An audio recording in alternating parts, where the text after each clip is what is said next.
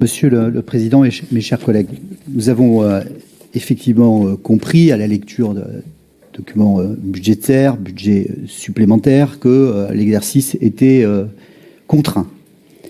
Il est contraint en raison d'éléments qui, il convient de le dire en toute honnêteté, ne relèvent pas des choix départementaux. Il est contraint parce que les recettes affectées ne sont pas au rendez-vous et que les dépenses contraintes sont là. C'est la particularité des budgets départementaux depuis que nous avons perdu, et je le regrette comme un certain nombre de collègues ici, toute capacité à fixer des taux ou à déterminer une partie de nos recettes. Et donc, il faut composer avec cela. Alors, ce qui est intéressant dans les éléments qui nous sont donnés, c'est peut-être, en tout cas de la place d'où je suis, de pointer quelques choix qui ont été faits par la majorité et peut-être aussi quelques éléments qui nous semblent, de notre point de vue, mais j'imagine qu'ils le sont aussi du vôtre, devoir être mis sous contrôle ou sous vigilance.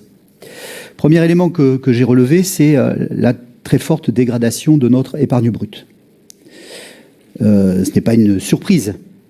Ça découle directement des choix qui sont faits. À partir du moment où on veut maintenir un certain nombre de dépenses et que les recettes n'étaient pas au rendez-vous, eh bien oui, notre épargne brute se dégrade. Mais se dégrade dans des proportions qui sont extrêmement fortes.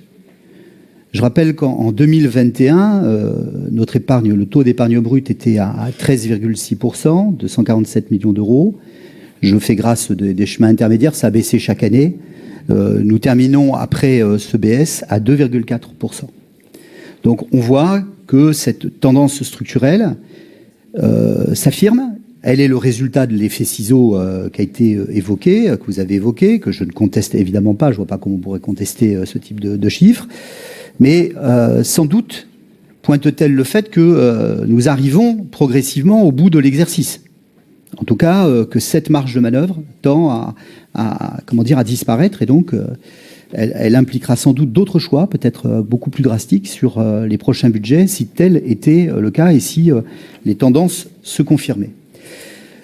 Deuxième élément que je voulais pointer, c'est sur le chapitre 11, sur les dépenses de fonctionnement.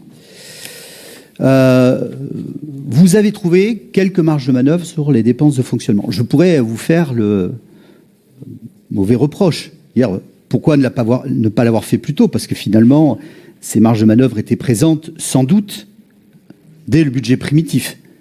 Elles prouvent qu'il y avait encore un peu d'économies à réaliser. Et j'ai noté notamment des économies ou des réajustements sur les dépenses de carburant, sur les fournitures administratives, dans des proportions importantes, contrats de prestation de services, maintenance, et puis surtout une très grosse coupe dans le budget études et recherche. Vous nous direz sans doute, en tout cas je souhaiterais qu'on ait un échange là-dessus, comment il a été possible de diminuer ce budget dans les proportions qui nous sont proposées, ou pourquoi était-il si élevé au moment du BP? Dernier élément, par rapport à nos investissements.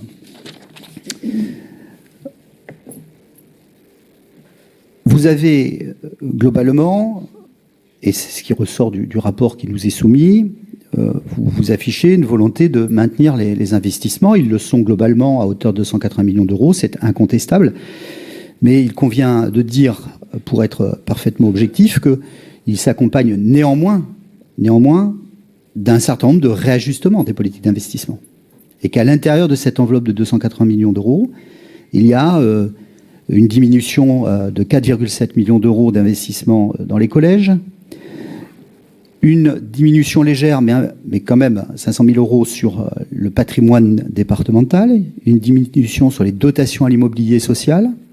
Et donc, même si on peut s'accorder à dire que le département, à travers ce BS, ne sacrifie pas les politiques d'investissement qui sont les nôtres, c'est le moins qu'on puisse dire. En revanche, il faut, pour la pleine information de l'ensemble de l'Assemblée, noter quand même que certains choix ont dû être opérés et qu'à l'intérieur de la section d'investissement, ils se traduisent par des diminutions notables sur certains chapitres.